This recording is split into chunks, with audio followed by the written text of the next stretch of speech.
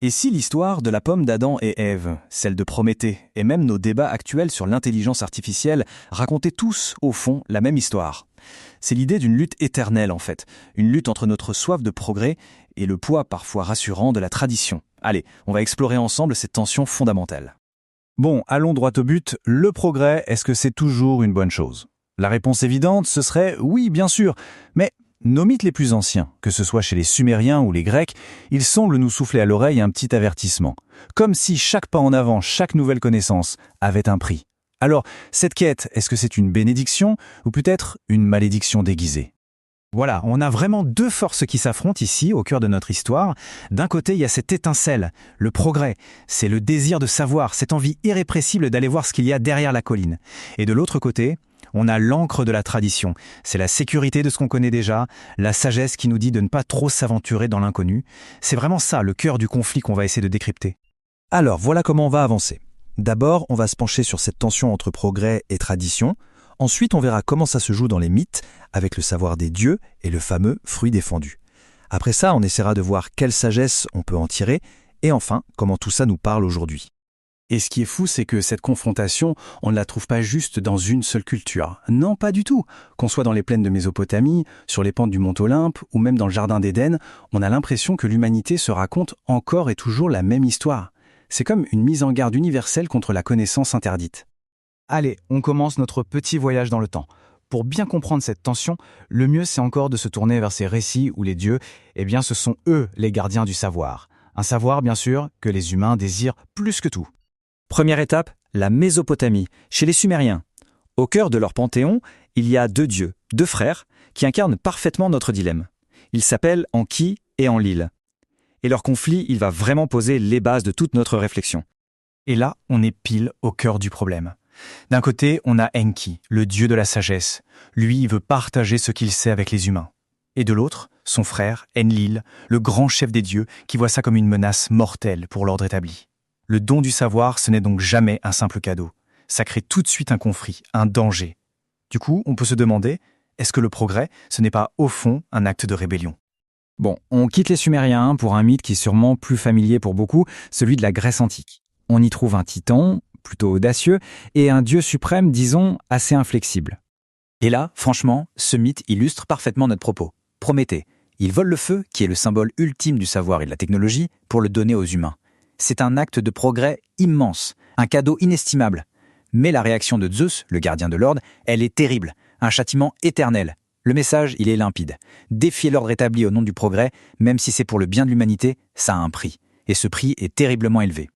Mais attention, ce thème du savoir interdit, il ne s'arrête pas là, au Panthéon avec plein de dieux. Non, on le retrouve avec une force assez incroyable dans les traditions judéo-chrétiennes. Et là, la connaissance, elle est souvent symbolisée par un fruit qu'il ne faut surtout pas goûter. L'exemple le plus connu, bien sûr, celui qui a vraiment façonné une bonne partie de notre culture, on le trouve dans le livre de la Genèse. Direction, le jardin d'Éden. Ici, ce qui est intéressant, c'est que le savoir n'est pas technique, comme le feu de Prométhée. C'est différent. En mangeant le fruit, Adam et Ève acquièrent la conscience morale. Ils apprennent à distinguer le bien du mal. C'est une sorte de progrès intérieur. Mais la conséquence, elle est immédiate et dramatique. Ils perdent leur innocence et sont expulsés du paradis. Le savoir les a fait grandir, c'est vrai, mais il les a aussi coupés de leur état originel, de leur monde parfait.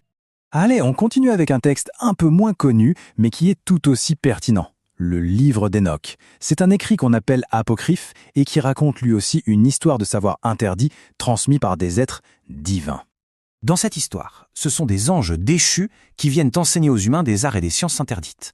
Des trucs comme la métallurgie pour forger des épées ou même la fabrication de cosmétiques. Ce progrès entre guillemets, qu'il soit technologique ou culturel, il mène tout droit à la corruption, à la violence et il finit par provoquer une punition divine absolument dévastatrice. On le voit bien, le schéma se répète, c'est implacable.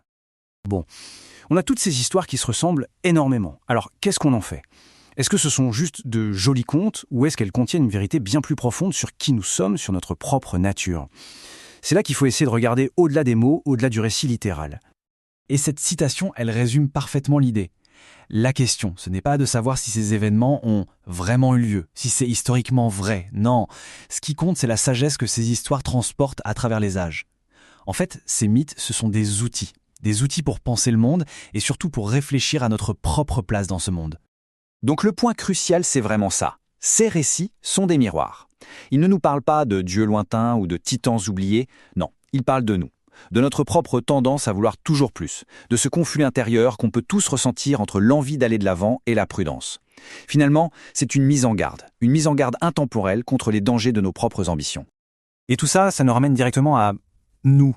Parce que cette mise en garde contre l'ambition qui dépasse les bornes, elle porte un nom. C'est un concept que les Grecs appelaient hubris, et qu'on pourrait tout simplement traduire par l'orgueil humain.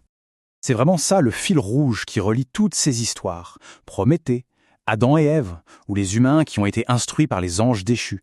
Ils partagent tous ce même trait de caractère, cette volonté de dépasser une limite, de transgresser un interdit pour s'emparer d'une connaissance qui ne leur était pas destinée. Au final, c'est une histoire sur l'orgueil. Et attention, il ne faut pas croire que ce sont de vieilles histoires poussiéreuses que ne concernent personne. Pas du tout. Cette tension entre l'envie d'aller toujours plus loin et la sagesse de savoir s'arrêter, elle est au cœur de tous nos grands débats modernes.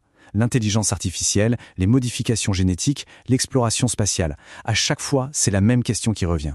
Ces mythes, en réalité, sont d'une actualité brûlante. Ce qui nous laisse avec une dernière question. Une question pour la route. Si on regarde notre monde, aujourd'hui, nos technologies, nos ambitions, quel est le prochain feu qu'on est sur le point de voler aux dieux ? Quelle est la prochaine pomme qu'on s'apprête à croquer ? Et surtout, est-ce qu'on est vraiment prêt à en assumer les conséquences ?